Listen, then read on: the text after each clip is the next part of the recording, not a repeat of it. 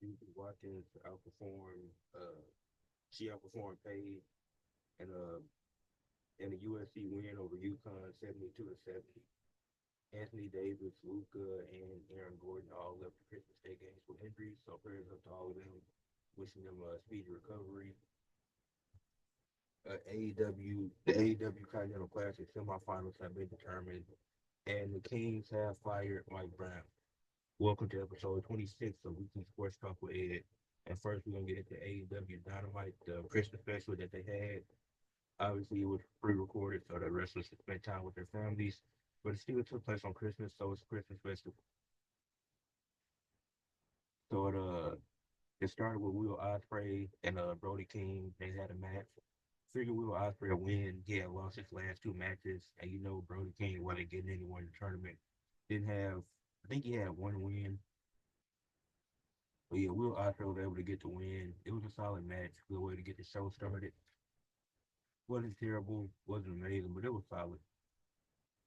Then after that, you had a segment with the Hurt Syndicate, and basically MVP and Lashley were both banned from entering the arena, and they had Renee Paquette tell them that, and MVP was like, out of respect for you, Renee will leave, leaving Shelton Benjamin at the arena by himself for the match he will have later.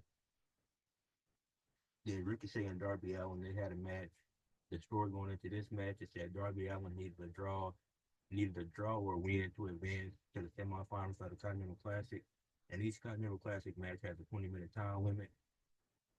So these two putting on a solid match, and then it ends up in a draw. So Ricochet advances to the semifinals. Then after that, Ricochet he had already went to the back. Then Darby, he's still in the ring as Commander's music hits. Then he whispered something to Commander.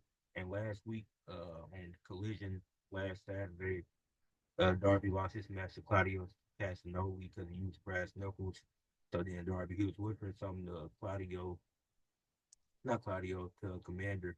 So when Commander had his match with Claudio, which followed that, once again, a solid match. It was a really solid wrestling show. Like the in-ring aspect was really good. Like there was some really solid matches the entire show.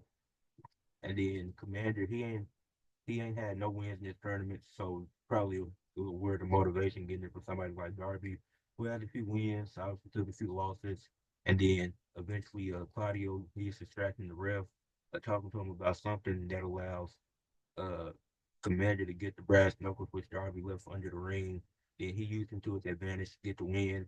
As soon as that happened, the Death Riders come out there and attack Commander. He's getting jumped. And then you got the group Jay White, Jay White and Orange Cassidy. They come out there. Then eventually Heyman comes out there. Then they all fighting. They take out the Death Riders. Then Moxley he come out there, and obviously got the Fatal Four where that's gonna be taking place at World's End, which I'm excited to watch that. But Death Riders haven't defended the trios titles since they won them. Maybe they'll defend it once, but they're kind of just holding the title hostage and don't really like that because it's like they're not doing nothing prominent and they're just holding the trios title hostage like a real trio like House of Black could use them, or you might as well have kept them on the patriarchy because at least they're wrestling consistently. It's like these guys are interfering in Moxley's matches for the most part, or in or interfering or attacking somebody. It's not like they're defending their titles aside from Moxley. Then you get to Okada and Shelton Benjamin. This was a physical match. It was hard hitting. It was fun to watch. Okada ended up getting the win. They shook hands after it. Then that was basically the end of it. Okada started rubbing his face with the middle finger because he didn't flip him off when I was in the ring. So obviously Shelton Benjamin didn't see it. You had a segment with Swerve and Ricochet. Ricochet and getting to Swerve. Well, first it was a Swerve interview talking about how dominant he had been in 2024. Then Ricochet, he interrupted us like, you see, I'm getting to the semifinals in the Continental Classic, something you can do. And Swerve told him not to blow it. Because if he loses the match that he's having at World's End, then he's out the tournament and won't be able to win the Continental Championship. Then you had Chris Jericho calling out Anthony Bowens. Anthony Bowens doesn't move me as a single star. I don't think he calls himself the best wrestler in the world. He's not even close to that. I don't I don't see a lot of potential in Anthony Bowens as a single star. I think eventually when they do break up to Acclaim, I think it's gonna go really bad for Anthony Bowens and Max Caster because I don't see either one of them as solo stars. Then you had Tony Storm defeating Ty Valkyrie, even with the Deonna Purrazzo interfering. Wish we could have got a better women's match than this. It was just like a lot of outside interference. Like I said, I'm enjoying the gimmick. I'm enjoying Tony Storm's gimmick. She's lost her memory since losing the championship. It's been fun to watch, but I wish we could have got a better women's match. Too much outside interference, just for Ty Valkyrie to still end up losing. If you had that much interference, you should be able to get the win. But that didn't happen. So then you get the main event, which is Cal Fletcher versus Daniel Garcia, who is the TNT champion. And it's kind of weird that there's other champions in the tournament outside of Okada, who's the Continental champion. I mean, they did it last year when Eddie Kingston got the three titles at the end of it, but it made sense for the story at the time. One of the hottest wrestlers in 2023. But yeah, Daniel Garcia, Cal Fletcher put on a solid match. Not too much to say. It's just it was fun to watch. It was a good main event, good way to close the Christmas special. And then Cal Fletcher ended up getting the win to advance in the Continental Classic. That was the last match, but then Moxley he basically cut a promo saying that he's gonna dominate all the other three men in the match in the Fatal Four Way. He's gonna walk out as champion. Like I said in my prediction short, I still think Moxley is gonna retain. Then Christian Cage is gonna cash in on him after that. But the semifinals for the Continental Classic have been set. It is versus Ricochet versus Okada and Will Ospreay versus Cal Fletcher. Some of this I already explained in my short, but hoping I'm predicting Cal Fletcher to win because I don't want AEW to do the 50-50 booking and give Ospreay the win. Say it's tie 1-1. Cal Fletcher is one of the hottest superstars right now. Need to build off this momentum and let him advance to the finals, which is going to be that same night, and let him beat Okada for that championship. Don't see Ricochet winning, and I think it will mean more for Cal Fletcher if he beats the actual Continental Champion for the championship. And so, yeah, the AEW Christmas special, definitely a solid episode. Really focused on the wrestling part of it. Wasn't too many promos, but it was a cool show, and it was pre-taped, and so it was cool. But now, moving on to WWE and what was an interesting week for WWE. Let's talk about Raw. Well, we'll get to the important stuff first because there's no point in wasting time. Sami Zayn is now 0-10 in his career versus Drew McIntyre. It was the last match on Raw. Sami and Drew, they went at it. Because it stemmed from earlier in the show, Sami and Jay. Well, Jay, like I said, he came back to help Sami take out Drew. Then you had the backstage segments like Jay, he wanted Drew, Sami wanted Drew. Sami get on the night, Jay get him next Monday. So then Sami ends up losing again. Then the bloodline, they attack Jay and Sami after the match. So then, yeah. Well, I'm pretty sure, yeah, Drew had attacked Sami after the match. Yeah, and Jay came out there. Then it's when the bloodline came and they started taking them out. So that happened. The tensions continue to rise in Judgment Day as Liv Morgan and Finn Balor can't seem to talk to each other at all. Finn Balor is having to use Eddie McDonough to talk for him to Liv Morgan, and Liv Morgan still using Raquel Rodriguez to talk to Finn Balor. So tensions are rising in Judgment Day, and while this happening, the War Raiders and Damian Priest formed some type of bond.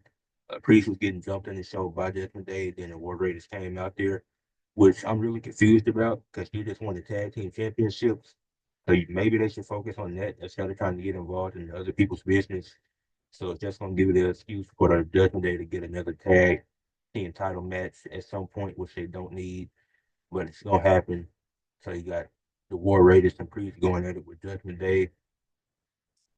Io Scott defeated Alpha Fire and Natalia in the women's Intercontinental Championship tournament. Right decision. Made sense to. Well, it's interesting because she just lost in the world title match. Now she's inserted into the mid card championship picture again. But I don't see her winning. I do think Laura Valkyria will beat her in the match that they're having with them. Yeah, that's gonna be on this upcoming Raw. The New Day, and they come out there. The boos keep getting louder against a really good heel heat. Then Kofi Kingston and Samoa was in attendance, and then he tried to get a hug from her. She wouldn't even hug Kofi. She walked to the back, and uh, Kofi would stay confused. Like Kofi mom won't even respect him, get him a hug. Then they go to the back. Uh, they said they saw Dominic, thought he was understand. Dominic called them crazy for what they did, which Dominic is the hottest heel in wrestling. So for him to call the New Day crazy for what they did, that's quite funny considering he turned on his dad and Edge. So that was kind of funny. And then yes, then they was in the back. They saw Ray, and he was like, he wanted them to apologize for what they did, but knew they wasn't going for that. So Ray was like, "Y'all out the locker room. Y'all can never come back in here." So the New Day heel heat, it's been amazing. Chad Gable beat up on Tozawa, and then he kept going. Then Otis finally got in the ring, and Alpha American made. It was three of them against just Otis, and they didn't attack Otis for some reason. They just backed out to the ring, which was really weird. Then you had the Final Testament and the Y6. Their feud continued for whatever reason. So it's not over, even though you had the 8-man tag team match. It's still going. So this Miz and Dexter Lumis match didn't end with anybody winning or losing. So we're gonna keep going with that, and that covers what happened on Raw. Moving on to SmackDown, you start the show with Bianca, Bianca Belair, Naomi Bailey versus Nia Jax, Tiffany Stratton, and Candice LeRae. And basically, Nia Jax, she's pointing the finger at everybody saying that it wasn't, uh, it couldn't be Tiffany because she's not even trying to help me win my match. Then it can't be me or Candice because we were been at the same place at the same time. So she's trying to pin the blame on Bianca, saying that she's jealous, or maybe it was Bailey because she inserted herself in the War Games match. Maybe it was Naomi of how fast she became tag team champions. So Nia Jax could be right. I do think it's either Bianca or Naomi that attacked Jade. But then you get the six-woman tag team match. Tiffany Stratton is trying to cash in, and then Candice LeRae stops her. Candice like, "What are you doing?" Tiffany says, "I want to be champion." She made that very clear. She wants to win that championship. And so, like I've been saying, Candice LeRae is going to drive the wedge between Tiffany and Nia Jax. Then it's going to start with them having a feud first, Tiffany and Candice LeRae. Then Tiffany going to cash in on Nia to become the new women's champion on SmackDown. Pretty obvious. Yeah, Braun Strowman had a match with Austin Theory. He ended up winning that. This match is kind of pointless, but they needed something to fill time, so it happened. Then Waller was interfering as well, but it didn't matter.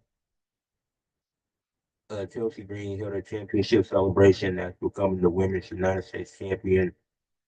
Then Mia Yim, she interrupted, went after Piper Niven first, then she went after Chelsea Green. But Piper Niven was able to save Chelsea Green from getting attacked. Amelia wants her rematch because she only lost because of interference due to Piper Niven. So it makes sense. Now the Street Profits, they're talking and B Fab, they're talking with Nick Aldis. They're trying to figure out who attacked them. So then they go up to DIY. Then with Nick Aldis, and they bring in Pretty Deadly. And Pretty Deadly was like it was Garza. It was Garza. So now Street Profits think it's Garza and Humberto who attacked them. So they go after them. Then you get a tag team match made, which is pretty obvious it wasn't Angel, Garza, and Humberto, because they've been sitting them catering for months. So what sense would it make for them to attack the Street Profits? So they had a tag team match, and it was a pretty solid match. It was enjoyable. The Street Profits ended up getting the win. But later, when they go backstage, they thank Pretty Deadly for what they did. Well, actually, before that, Pretty Deadly was like, "You were, we rub your backs, you rub our backs," to Champion Gargano. Because clearly Ciampa and Gargano was the ones that did the attack. Then when the Street Profits see Pretty Deadly, they thanking them for keeping it real with them or whatever. And then they talking about how they want a rematch for the titles. Well, not a rematch, the match, because they were attacked backstage and never got their championship match. So then Motor City Machine Guns like, y'all at the back of the line because we still have got to get our rematch because they cheated to win or whatever. And then Apollo Crews come from out of nowhere. He was like, y'all got played. It was it was DIY that attacked y'all. I saw it, which is so weird why it took him all night to say that. But apparently Apollo Crews said the DIY attacked him, which would make the most sense because who else would attack the Street Profits? It just had to be DIY. And so yeah, and then Sami Zayn and Carmelo was a main event match because earlier in the show, Melo was talking to Nick Aldis. Forgot about what, but no, not Melo. Sammy was talking to Nick Aldis because the Bloodline had came on Raw and attacked him. Then Melo came in there and he was handing out Christmas cards, or would he was handing out some Christmas cards. Then Melo and Sammy got a match made. Then it was a solid match. Then Melo went out the ring. Braun Strowman put his hands on him. The bell wasn't rung for some reason, but then Tama Tonga, he came out of nowhere, attacked Sammy. So then the Bloodline, they started attacking Sammy. And then Braun Strowman makes a decision to go down there and help Sami Zayn instead of focusing his attack on Carmelo Hayes. Then the Bloodline take out Braun Strowman and Sami Zayn. Then at the end of the show, you get Kevin Owens and Nick Aldis in the ring because Nick Aldis wants to win the Eagle title back that Kevin Owens stole. Kevin Owens was like, no, I didn't steal it. I deserve this because I'm the rightful winner. This and this and that. Then Cody comes out there, cuts a very solid promo. Then Cody challenges him to a ladder match at the Royal Rumble for the WWE Championship. So both titles are going to be on the line. At the end of the day, I hope that's one that's being used. And it's going to be the title with the big W, but I do like to win the Eagle title better. But we're going to get a ladder match at the Royal Rumble for the WWE Championship between Kevin Owens and Cody Rhodes. That is how the show ended. That's how WWE ended for this week. So wow, pretty interesting week. Definitely got some stuff developing. Got some stuff cooking up for next week. We're gonna have the two semifinals matches for the Women's Intercontinental Championship on Raw. Naomi's getting a shot at Nia Jax for the Women's Championship on SmackDown. That's gonna be the first 3 hour SmackDown, so they probably gonna make that big. I'm hoping that Tiffany Stratton cashes in there and finally becomes champion, start off 2025. But next, we got some hockey stuff to talk about. So there's a few teams, 5 teams I got here who should be active at the deadline on March 7th. That's the NHL deadline is March 7th. When teams, that's going to be the last day for teams to make trades, be buyers or sellers, either improve their team or go for a younger talent. Then the 5 teams I have, these are teams that's stuck in, like they've just been mediocre all season. Like they're either above, barely above 500 or just slightly below it. Don't really have any true direction. One of those teams is the St. Louis Blues, smaller market team, but they got to start doing something. Gotta gotta make moves and improve that roster somehow. Two of the bigger markets, the Philadelphia Flyers and the New York Rangers. These are teams that want to be competing because they're big markets. So they're going to have to make trades. They got to be active at the deadline to improve their rosters.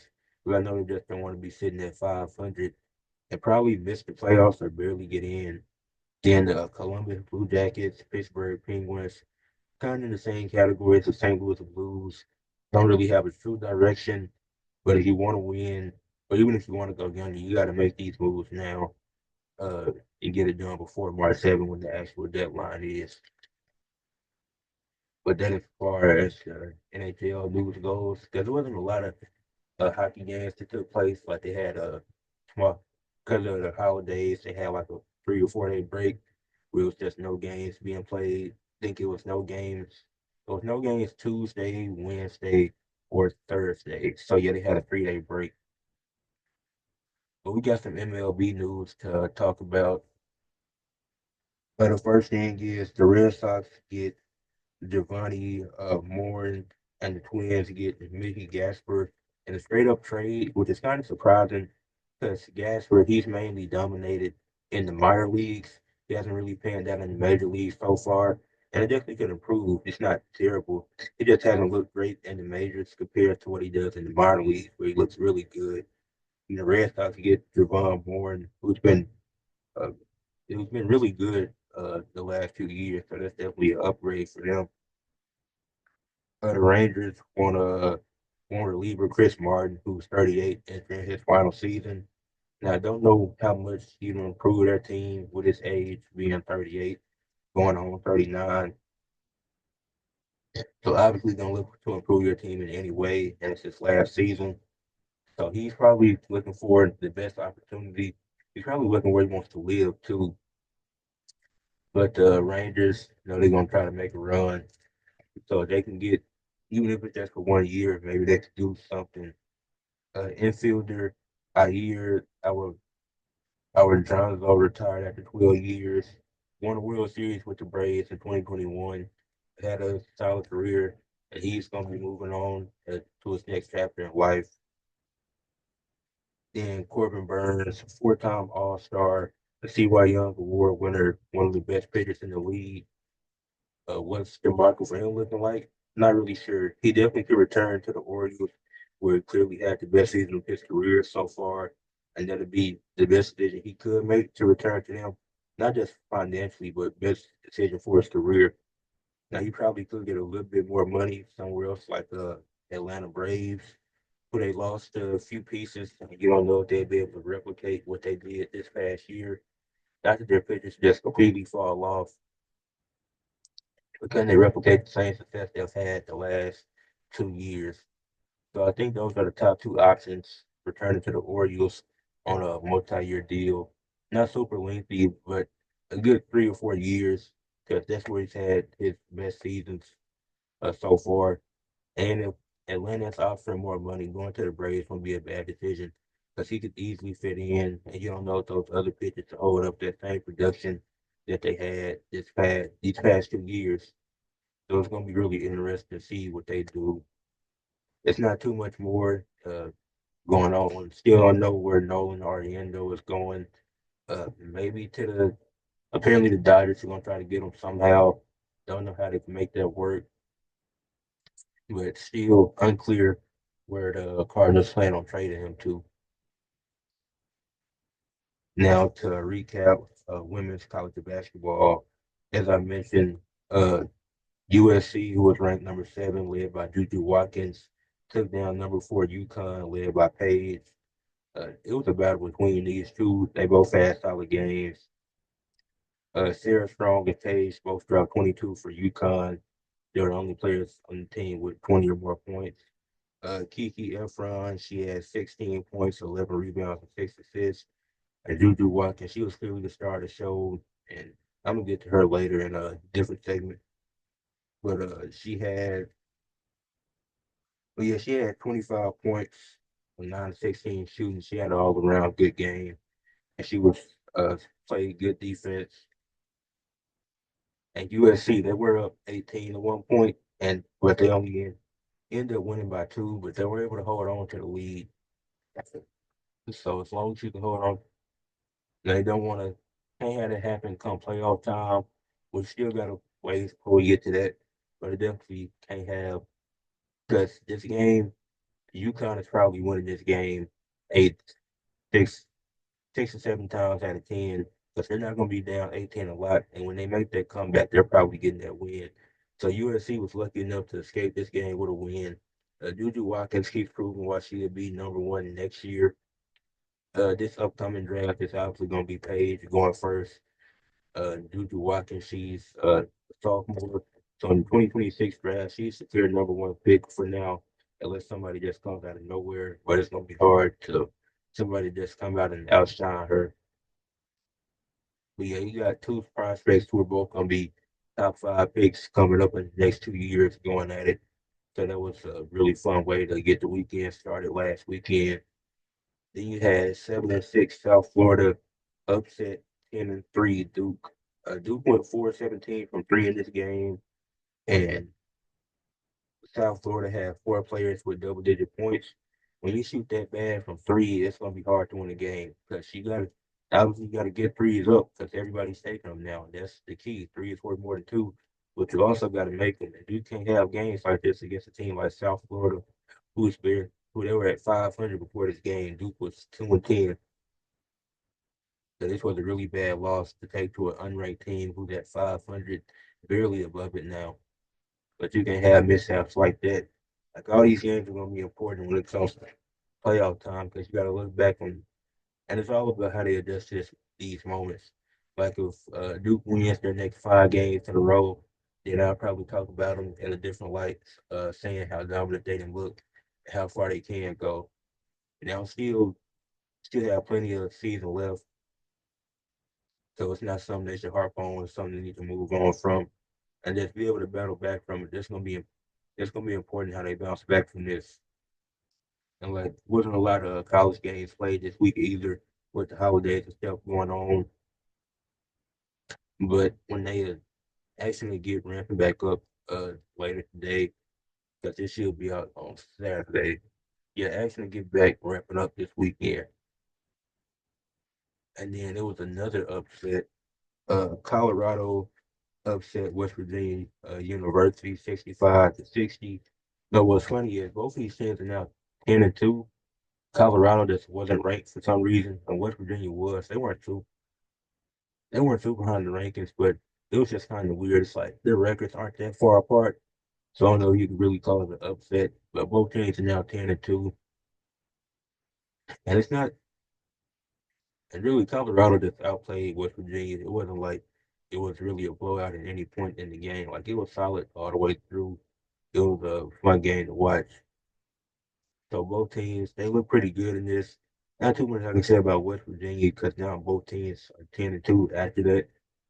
So it's not like the hugest upset, but maybe West Virginia is a slightly more talented.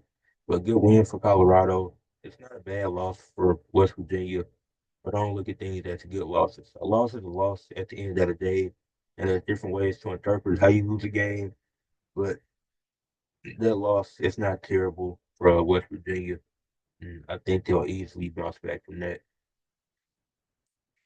Now, this is a segment. Now, this next segment, this is really important. It is youth sports development and my thoughts and how it's progressing. Is it going well or is it not?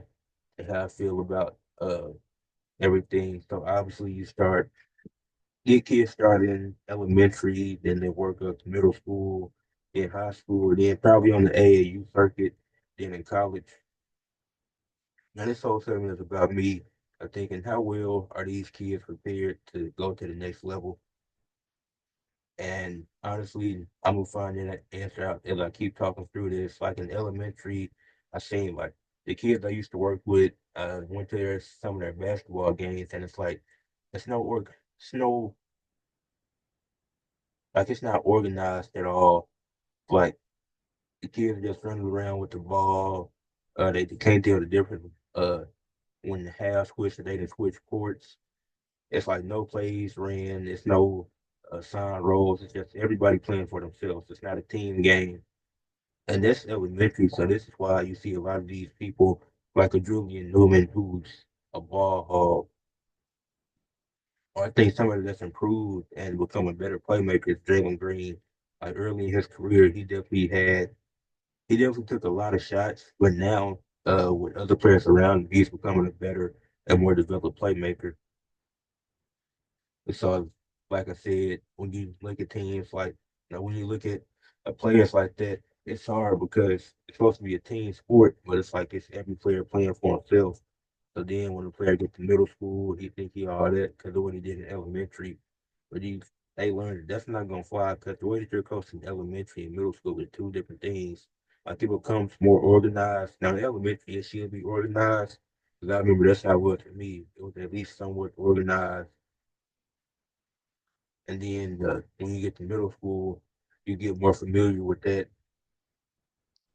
And then in high school, it's like Now you really have positions like this is the point guard, this is the shooting guard, the small forward, this and that. But then you know you have a clear star.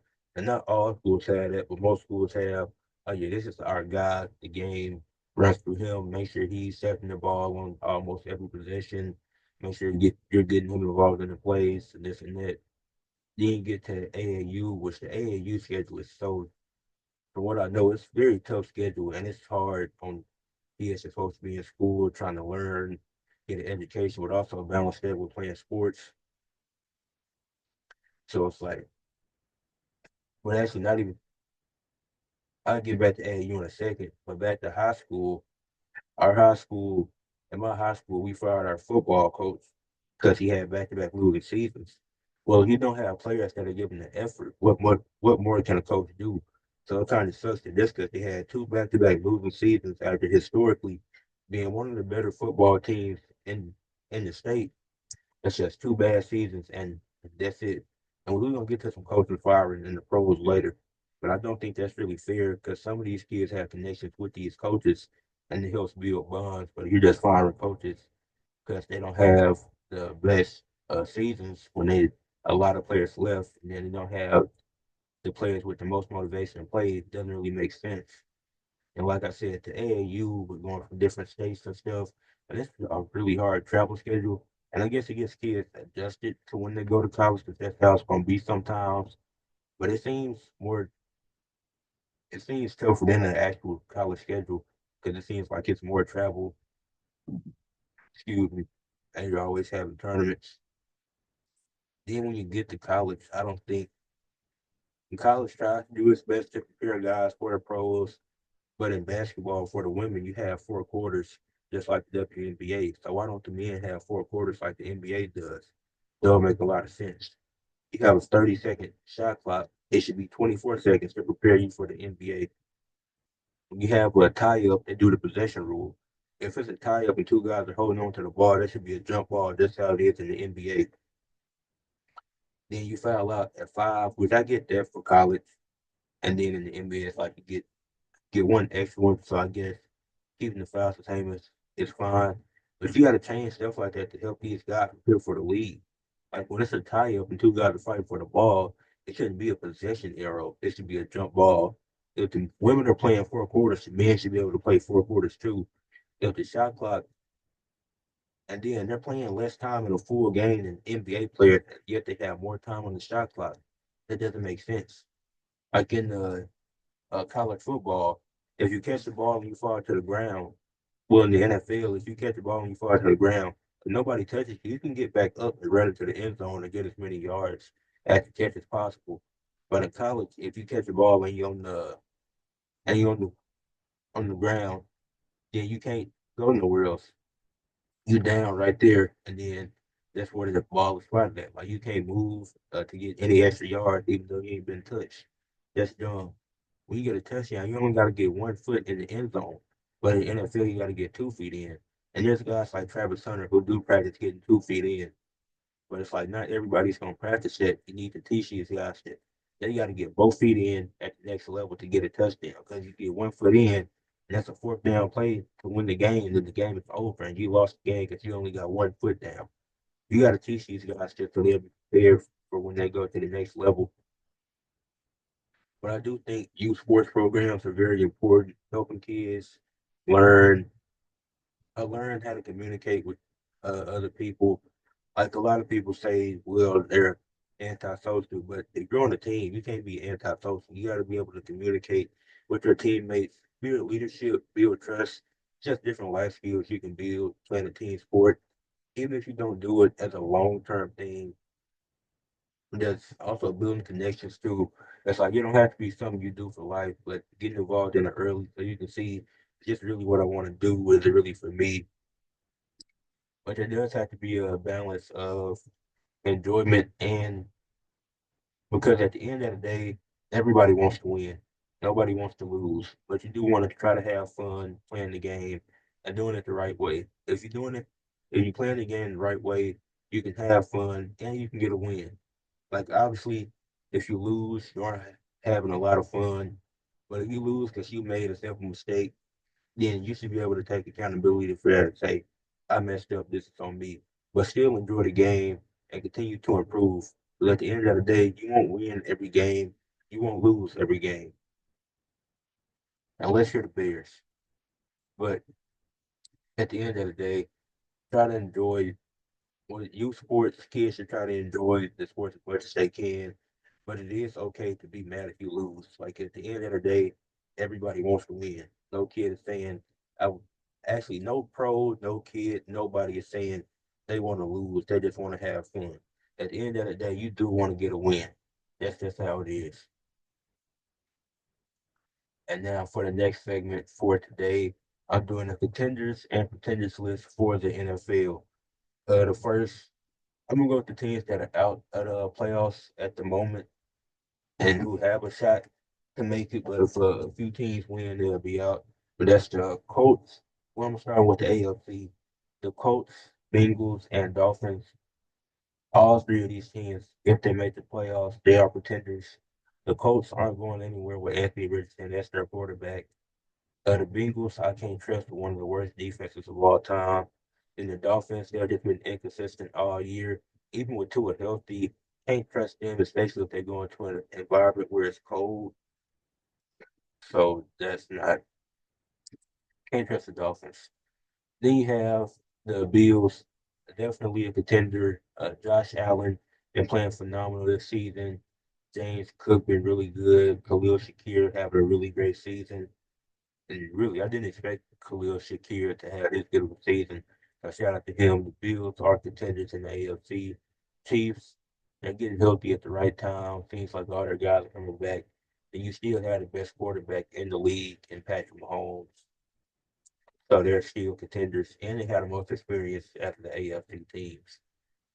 Chargers, contenders. It's their first year here. It's Harbaugh's first year coaching the Chargers. And I don't think they're talented enough to win just yet. I mean, if they keep playing like this over the next few years, they'll be solid. They'll be able to attract some more people, bigger players to come there. But with the uncertainty of Dobbins and Gus Edwards and their injuries, don't see them getting far. Broncos, rookie quarterback. What more do you need me to say? Rookie quarterback and your best receiver is Cortland Sutton. So you're not getting too far with that. The defense is really good, fun to watch. And Patrick Surtain has been having a really good season. But the Broncos, they're clearly pretenders. They won't do anything in the playoffs. The Steelers, once again, pretenders, and they might be able to get out the wild card this year, but they aren't going too far. The teams like the Ravens, Chiefs, they're just simply better than the Steelers. And if they were to meet either one of those teams in the playoffs, they would be exposed just like how they were in the regular season. And I think even though the Ravens is a divisional game and they won that first one, and the second one, Baltimore came out and dominated. So we'll see. Uh, the Ravens, I think they're contenders. The defense has been playing really good over the last month or so. Lamar Jackson at the MVP level, Derrick Henry, Zay Flowers, Mark Andrews, Chad Bateman, all having really good seasons. So this team has been really good this year, and they could definitely come out of the AFC. And the last team is the Texans, clear pretenders. With two of your top three receivers out now, just makes things tougher. But they can't hang with the top of the top. Couldn't hang with Baltimore, and that was so obvious. And I don't think they'll beat the Steelers, which is most likely the first round matchup. I don't think they can beat the Steelers in a playoff game. Now moving on to the NFC, like I said, I'm gonna start with the teams who are either out right now or could make it. Like you got the Rams and Seahawks; they're both fighting for their division. One of them is gonna make it, one of them won't. I think the Rams can be with the Rams receiver core. I think they have a shot to go deep, but I would still call them pretenders. But I see they can make a deep run if they're healthy. The Seahawks, they're clear pretenders. If they get to the if they end up winning the division and make the playoffs, they're losing in the first round in the wild card against Washington probably, who will likely end up as the fifth seed or no. That's gonna be either the Vikings or the Packers, depending on how that. Not the Packers, the Vikings or the Lions, depending on how that plays out. Probably the Vikings. But yeah, wouldn't trust the Seahawks in that. Or they could.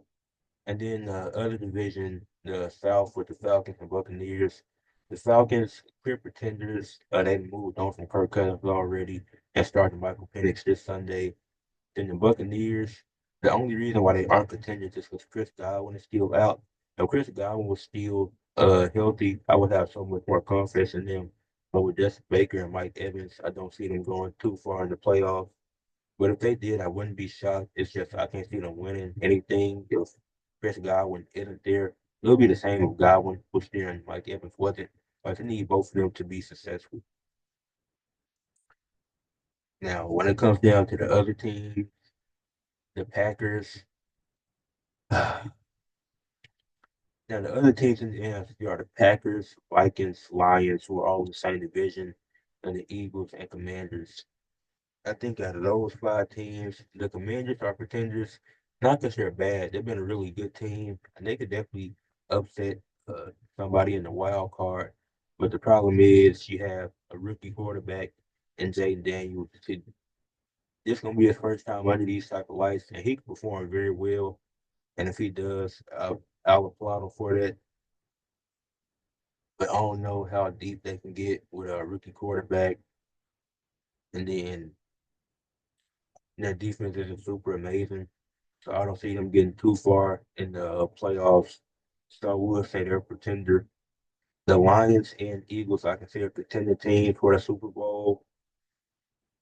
I think the Lions are still the most talented team. Each time an injury happens, they're able to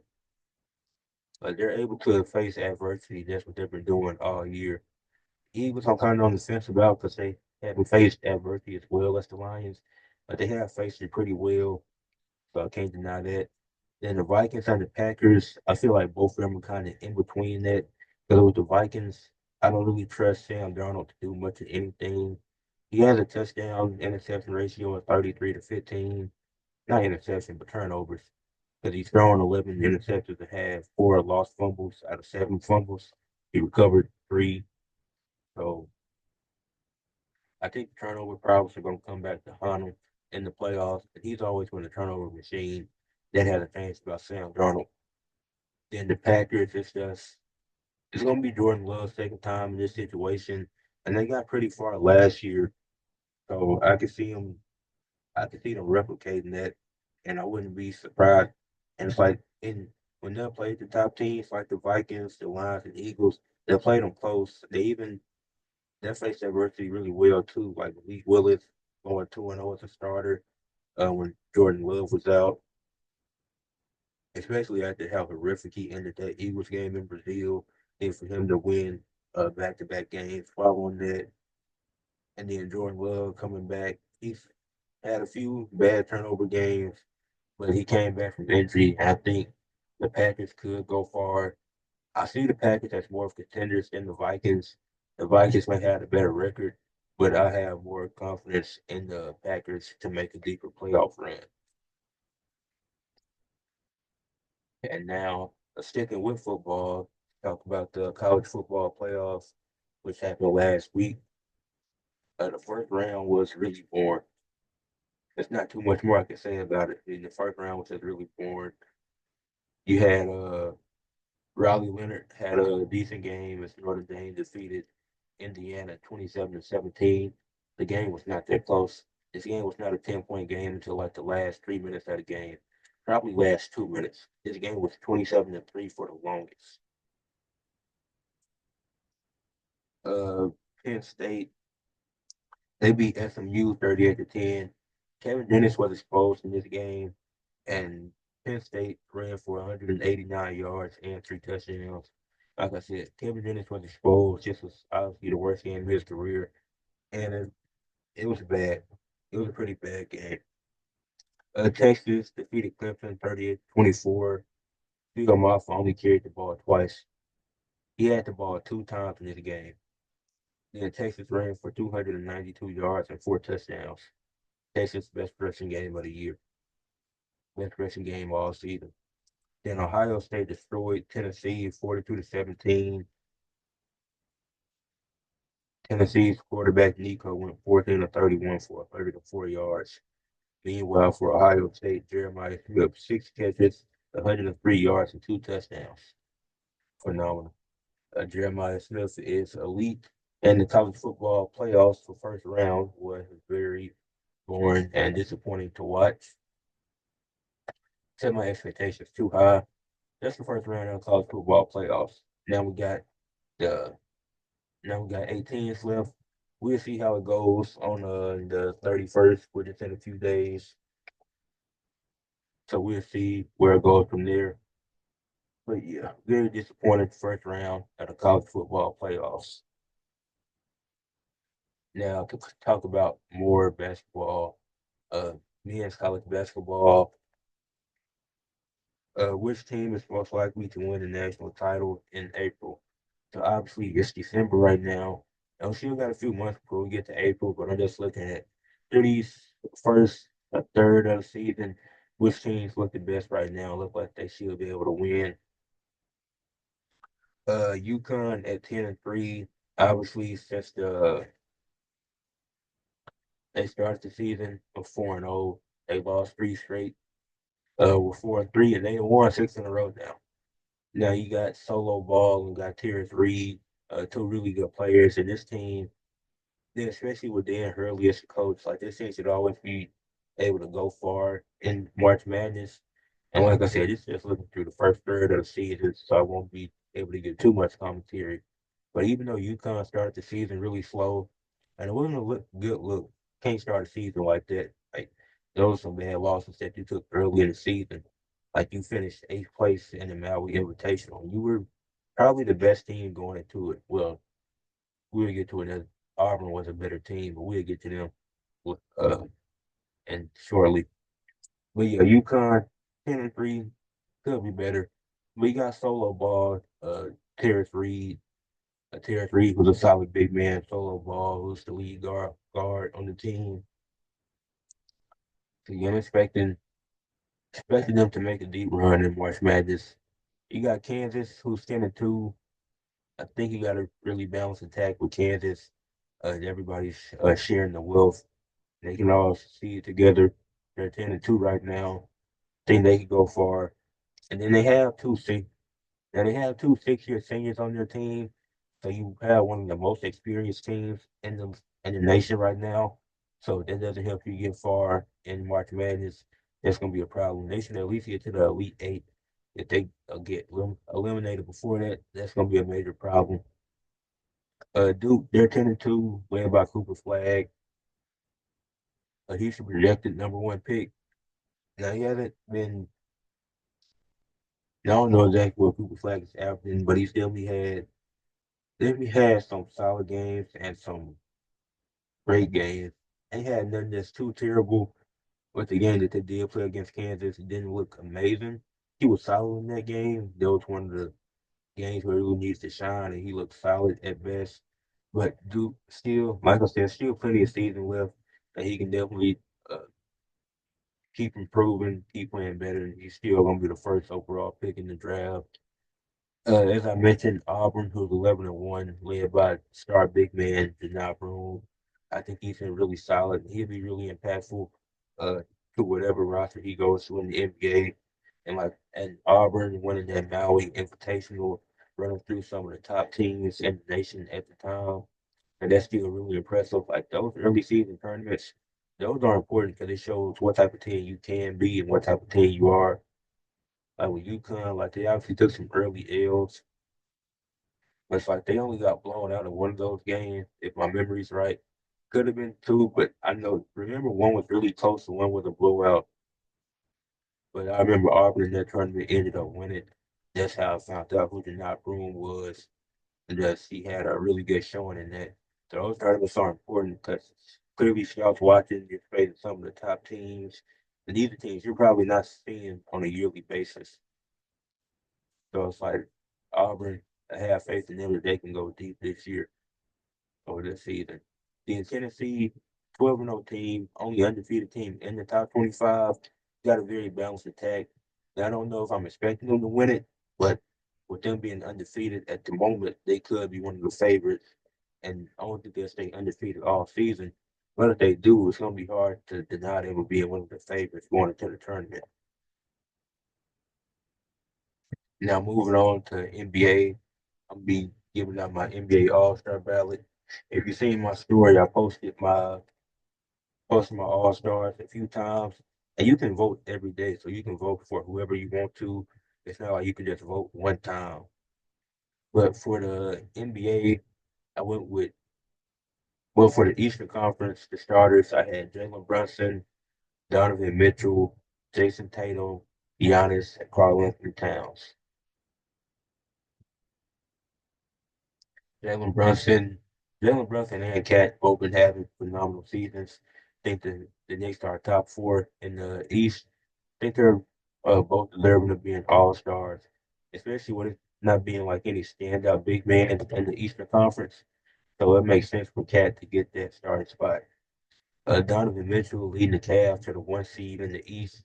He's playing phenomenal, and he's playing three quarters most of the time because the Cavs have been so dominant this year. It's like some games he can just sit out because that's how good they've been. Jason Tatum averaging over 28 points once again, playing at an MVP level. Don't think he should win MVP, but he's been playing at that level. Then you talk about Giannis, the stuff he did in the in-season cup to what he's doing in the regular season, really putting on an MVP like he's won MVP twice before, and he's having better years than both of those years right now. And he probably won't get MVP because of how talented the NBA is right now. But they had to go with Giannis. And the Bucks have been flipping a switch lately. So from our reserves, they ended up going with Damian Lillard as well. He's had a really solid season. Don't think you can deny him being an all-star. Cade Cunningham will become the Pistons had 14 total wins last year, and they have 14 wins this year, and we're not even in January yet. So Cade Cunningham, he's been great, uh, having a career year, finally getting the recognition that he deserves. One of the best playmakers in the league. He can score, even if his shots are not falling. He still finds a way to be impactful or to get to the free throw line, and that's really impressive about Cade's game. He's always able to get to his spots. So I think Cade Cunningham got to be an all-star this year. And he even had a streak where he went a week straight of getting a triple double, which you don't just see any player do that. Brandon Miller, even though the Hornets have been terrible this year, Brandon Miller has been really good. You couldn't put LaMelo on here because number one, he's been injured, and number two, you can't have two Charlotte Hornets at the All-Star game, especially when they are the top three team, one of the top three worst teams in the East. But I think Brandon Miller, his rise, he's been really great this season. You know, the Celtics always get two All Stars. Had to go with Jaylen Brown. He's been having a really good season. Now, the Celtics lost back to back games, which looked really bad. They lost to the Magic, who didn't have Paulo or Franz. And sure, you can say, well, Tatum was out. The Celtics team is still more talented than them. Then they lost another game after that. And I forgot to who, but I got to look it up. But like I said, Jaylen Brown, he's been having a good season. Uh, RJ Barrett, I have him as well.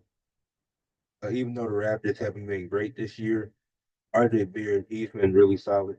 Oh, the other game was still the 76ers on Christmas when Tyrese Maxey went off. Paul George struggled. Caleb Martin had a really good game. They should have won that game, even though Drew Holiday was out. Once again, team is still better than the 76ers, who have been struggling all year. So those aren't games you should be losing. So then, yeah, RJ Beard been having a solid season. Is becoming Star J Beard in Toronto. So it's not too much more I can say about that. If you tune into Raptors games, you will see the potential and what I'm talking about. I didn't go with Scotty Barnes because even though I do think Scotty is the better player, he has been injured this year. So I got to take that into account for most of these guys. Then for the two wild card spots, had Tyler Hero. If the Heat are gonna get an All Star, it's not gonna be Bam. It's not gonna be Jimmy. It's gonna be Tyler Hero. He's been the Heat's best player this year. and his progression has been amazing. Then there wasn't any other big man really available, but Nikola Vucevic, he's averaging almost a double double. It's not a double double for Chicago, so I ended up going with him. He's been the Bulls' best player this season, and Zach LaVine's been really good too. But like I said, some of these teams they can only get one All Star because of how bad they are. So for the East, my starters were Jalen Brunson, Donovan Mitchell, Jason Tatum, Giannis, and Karl Anthony Towns.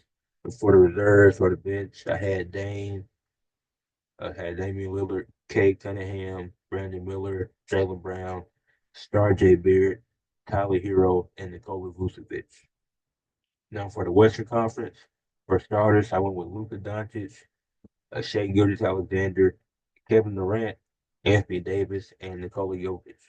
Luka and Shea once again having, unfortunately, Luka and AD were both of my starters. She ended up leaving the Christmas Day games with injuries. So prayers up to them. As I said earlier, Luka, SGA, Jokic, all putting up MVP level numbers. That's been phenomenal this year, leading their teams. And Shea, he led OKC all the way to the in-season cup finals, and he was pretty solid there. Not in the game, not in that final game, but through the cup. Then you got Kevin Durant, who you see the value of what Kevin Durant brings to the Suns, and when he is in the lineup and when he isn't, and then him performing on Christmas Day to get that win against the Nuggets. Anthony Davis been very solid all year. Also been playing great defense. Then for the bench, I went with Steph, Anthony Edwards, Jalen Williams, LeBron, Wemby, Jaren Jackson Jr., and De'Aaron Fox. Steph, he still this might be a down season for Steph, but he's still been solid and good enough to make the All-Star team. Anthony Edwards, as I expected, is still taking a leap. He's getting up more threes per game and making more threes per game.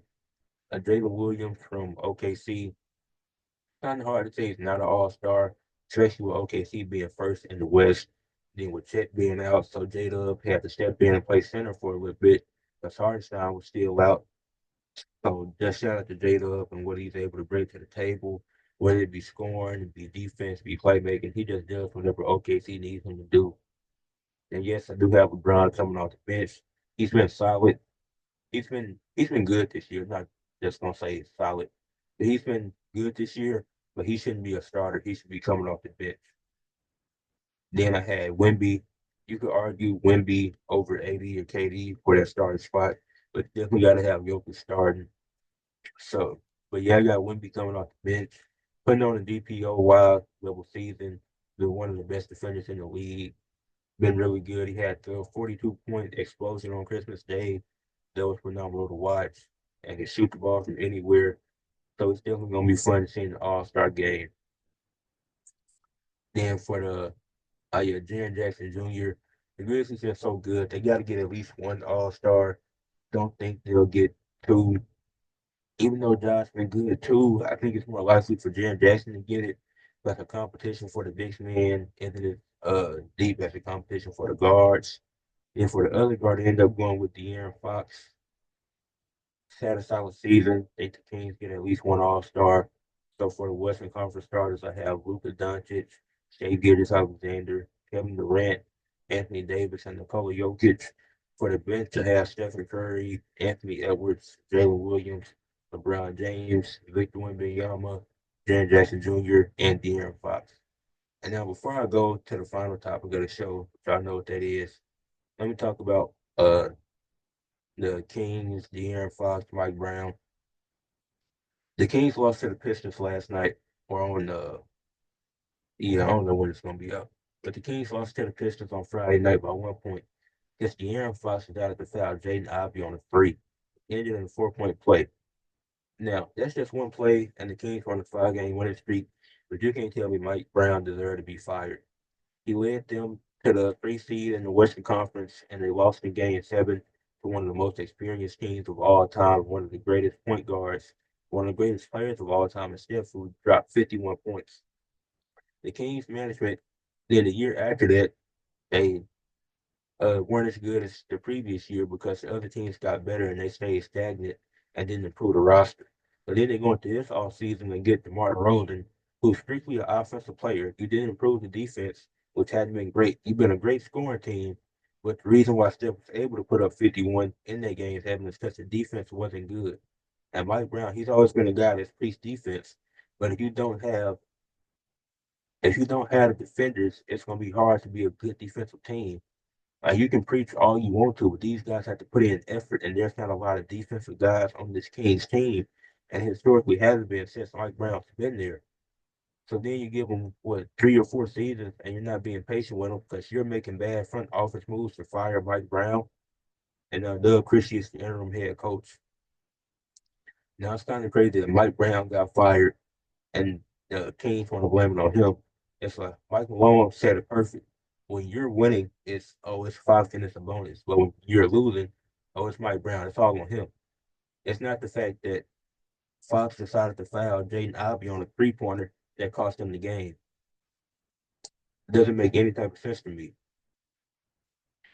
So, and then Mike Malone said that I forgot what else he said. He called him like classless or something. Said they had no balls because he woke up in the morning, did the media stuff, had practice with the team. Then as he's going home, he finds out that he is fired. For what reason? It's not his fault that this team can improve. It's not his fault that DeMar hasn't been great this season.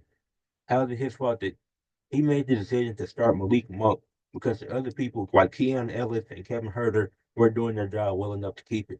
So Malik Monk isn't safe anymore. He has to start because your other guys who are so great aren't doing their thing. Now Sabonis is out. And Sabonis, he commits a lot of offensive fouls which don't get called. But that's not what we're talking about.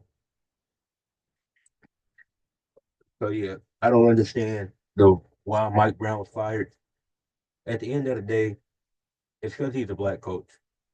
People don't want to accept it.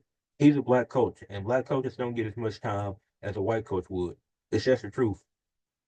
You can hate me, you can disagree. I don't really care. But Mike Brown is getting fired this early into his tenure with the Kings because he's a black coach. No other If this was a white coach, he's getting a lot more time than this. And I'm going to look up Mike Brown's career with the Kings because it's had to be 3 or 4 years with the Kings, if I'm not mistaken. Now, this was only his third year with the Kings. They gave him 3 years. And the first year with the Kings, he took them to the playoffs. A second year, they get to the play in. Now, this year, he gets fired. It's not even the middle of the season. Are you serious? You're blaming Mike Brown because the front office is terrible and can't improve. Let me get to the last segment of this. Athletes of the week. For college football, I went with Jeremiah Smith. 6 receptions, 103 yards, average 16.2 yards per catch, had 2 touchdowns. Ohio State beat Tennessee 42-17. For the NFL, Jonathan Taylor, he didn't fumble the ball this time, made sure to hold on to it.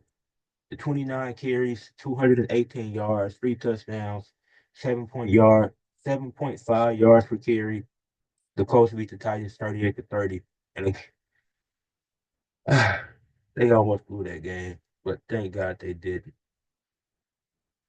For women's college volleyball, it's already made a video on this, but Jazz Merzick, she had 29 kills, 14 digs, attributed to 33 points, and Penn State beat Louisville in 4 sets to win the national championship for volleyball. Women's college basketball, like I said, not a lot of games this week. So I went with Juju Watkins, 25 points, 3 blocks, 5 assists, 6 rebounds, 9 of 16 from the field, 3 or 4 from three, 4 or 5 from the free throw line, and a win against USC beating UConn. AEW on with Okada after the match he had with Shelby Benjamin was really good, the best match of that night to advance to the semifinals. For the NHL, went with Robbie Fabry. The Ducks went 1-1. Uh, they beat the they beat the Utah Hockey Club 5-4 in overtime, and they lost to the Vegas Golden Knights 3-1. But he had 2 goals, 2 points in that game against the Utah. Then in the game against Vegas, he had 1 assist and 1 point. For the NBA, went with Cade Cunningham. Uh, the Pistons won 3-0 this week, beating the Suns, Lakers, and Kings. He put up 28 points and 13 assists, 20 points and 10 assists, and 33 points and 10 assists. So it's had three straight triple doubles and three straight wins this week against three very quality teams, all in the Western Conference too. So that's very impressive. Like I said, he's becoming one of the better playmakers in the league. So shout out to him. And for WWE, I went with Io Sky. He defeated Natalia and Alba Fire in a triple threat match to advance in the women's Intercontinental Championship match. My apologies for the energy shift, but talking about the Mike Brown situation really makes me mad because I know it's the truth it is and why he got fired. But that is it for this episode. This episode 26 of Weekly Sports Talk with Ed. Make sure you leave a like on the video and subscribe to the channel. And comment down below your thoughts and opinions on anything I talked about today. Peace.